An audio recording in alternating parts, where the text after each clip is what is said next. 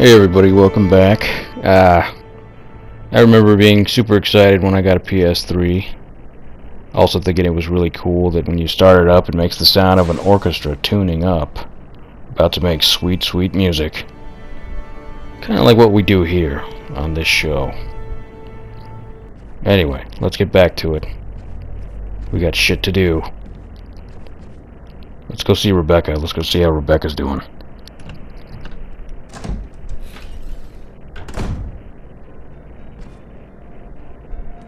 Are you okay? Want me to treat your wounds? No, not right now. Thank you, though. Alright, so let's get rid of another death mask real fast. Which, of course, was not in the original version. Any of the death masks, or the Crimson Head Elder. Well, of course, the Crimson Head was an addition to this game and not part of the original game. That's what made this game. It changed the game a bit. I mean, yeah, now it's really making a mess. Not looking forward to that guy.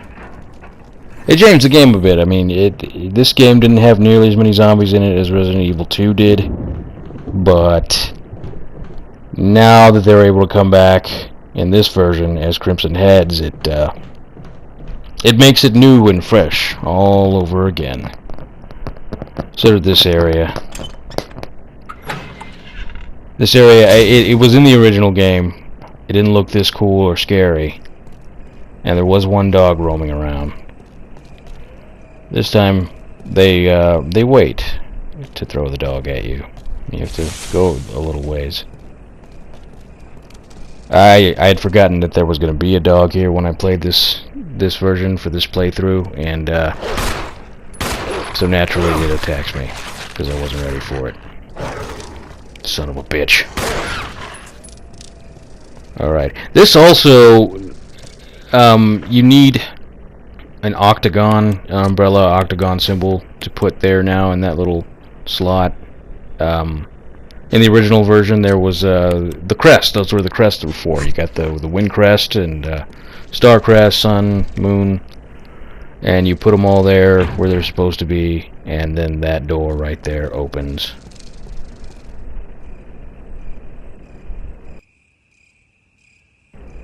One of the things this game adds that the original version didn't have, though, was the lighting. It was bright. This room was bright, and it was all white, and the walls were white, and they're still white now, but now it's an outdoor area, so moonlight is the only illumination you really have until you get over there where the actual light is. The lighting effects and the shadow effects are actually rebuilt from the ground up in this remastered version. They even brought in the graphic designer from the GameCube version to come in and approve of everything the effects were doing, you know, to make sure that they were in line with what he had envisioned in the GameCube version. So yeah, this remastered version, like I said in the last video, it was a bit of a pain in the ass to remaster, but I'm really glad they did it. It shows a level of dedication. You know, we didn't need. I don't think anybody was asking for a remastered version of Resident Evil, but I'm glad we got it because now it looks better than ever. Like I said, the only complaint I have on this remastered version is the font, which just is so plain. And if you think that doesn't matter, you tell me. Answer this question: if you were reading a book like, say, Game of Thrones or Lord of the Rings, what if the font was futuristic? It would be fucking weird, right? Because it doesn't go with the kind of story it is, right? Font matters. To me, at least. I know I'm not the only one out there. I've seen other people that agree with me online. I have a lot of time on my hands. Go to hell, okay?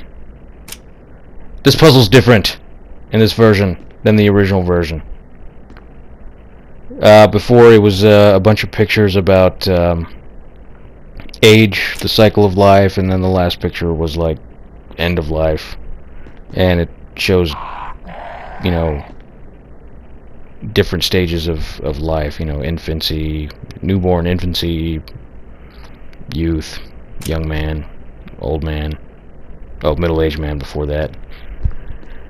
The thing is, if you go press the last picture down there, before you've solved the puzzle, the ravens will attack you. Somehow, they know to attack you if you fuck up the puzzle. So whoever trained them told them, you watch carefully. If anybody fucks up this puzzle, you peck them to death. You attack them immediately. And the ravens are just like, okay, cool. This one's a little easier. You just have to make sure that the adornments on the pictures, on the people in the pictures, are matching the color that are on that last picture with the maiden. And we get another death mask. In the original version, you get one of the crests for that door we were just at, which we don't need to worry about anymore. Also, I had forgotten about this, but I mentioned that you couldn't bypass the dog hallway any other way if that door, you know, broke. Well, you can, but Chris is going to need at least an old key to unlock this gate, and if you unlock that gate, you can get into the graveyard, which gives you another way. You can come back through there into here to bypass the dog hallway again. So keep that in mind. Do that early if you haven't started a game yet.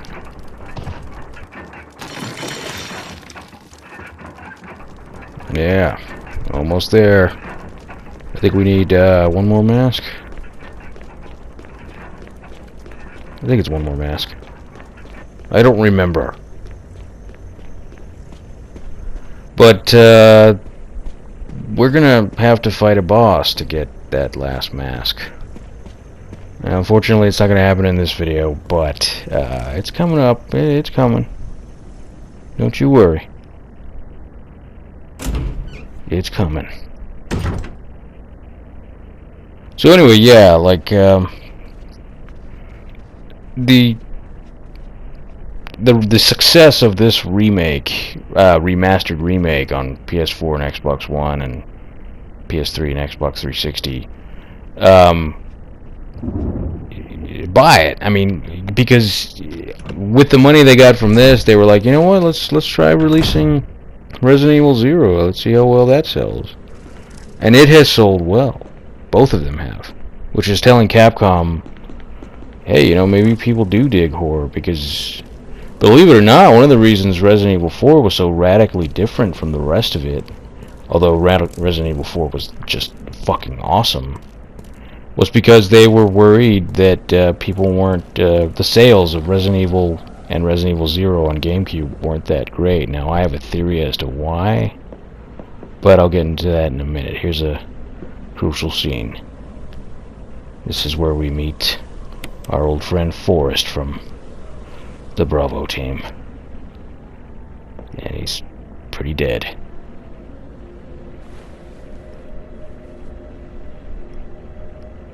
No. Oh yeah, I just was reminded of Barry, if you're playing as Jill. In the original version. I haven't seen it in this version yet. Although I did start a Jill playthrough for this. You know, Barry's out here, you find Forrest, and Barry just is overacting hard, and he's just like, it's Forrest! Oh my god! It's pretty hilarious, actually. This is also, I think, the only Bravo team member that is going to come back from the dead. Yeah. He's also pretty fucking fast. He's the fastest zombie in this game. Most of them shuffle around at around the same speed. They don't start to really vary their speed until Resident Evil 2. And then especially in Resident Evil 3, where you had dudes shambling just as fast as he was, almost. Oh yeah, and then in Resident Evil 2 and 3 you get, well in 2 they at least brought in female zombies, but it was the same damn character model each time for the female zombies. And then in 3 they really mixed it up. There was young, old, fat, skinny, all over the place really. Rebecca, how's he doing? Is he gonna make it? He should be fine with a little more time. Well, thank God, because I just ran into Forrest and, I mean, I didn't find anybody. Sorry. She doesn't need to know. Poor bastard. Okay, so the musical score we got from that one room, we gotta put it together with the beginning and the end of the actual musical score, which turns out to be Moonlight Sonata, which Jill knows how to play. She apparently is a pianist, but Chris does not. Chris doesn't fucking have time for piano. All right, there's important shit going on. So yeah, this part was in the original game as well, and it happens more or less the same as it did before. By the way, FYI, you don't actually have to kill Zombie Forrest. If you just don't go down to where those green herbs were, he won't even get up. You can just investigate his body and then turn right back around and leave. Alright. We're gonna suck at piano for a little bit. I don't even think he knows how to sight read. It's me, Chris. Rebecca. That sounded like Moonlight Sonata. Really? How could you tell that was Moonlight Sonata? It didn't sound anything like it. Rebecca's just got an ear for it.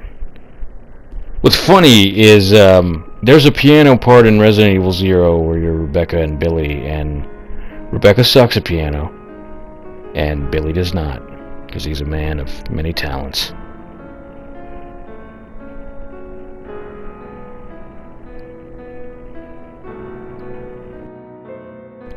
You do, however, get a trophy in Resident Evil 0. What was that? If you My interpretation is off a little. make Rebecca play. Let me practice for a while. Sure, why the hell not? Now, I've never actually told her no, Oh, but I've heard that she just disobeys and says fuck you and practices anyway. So we're gonna give her some time to figure it out, and in the next video hopefully she'll be ready.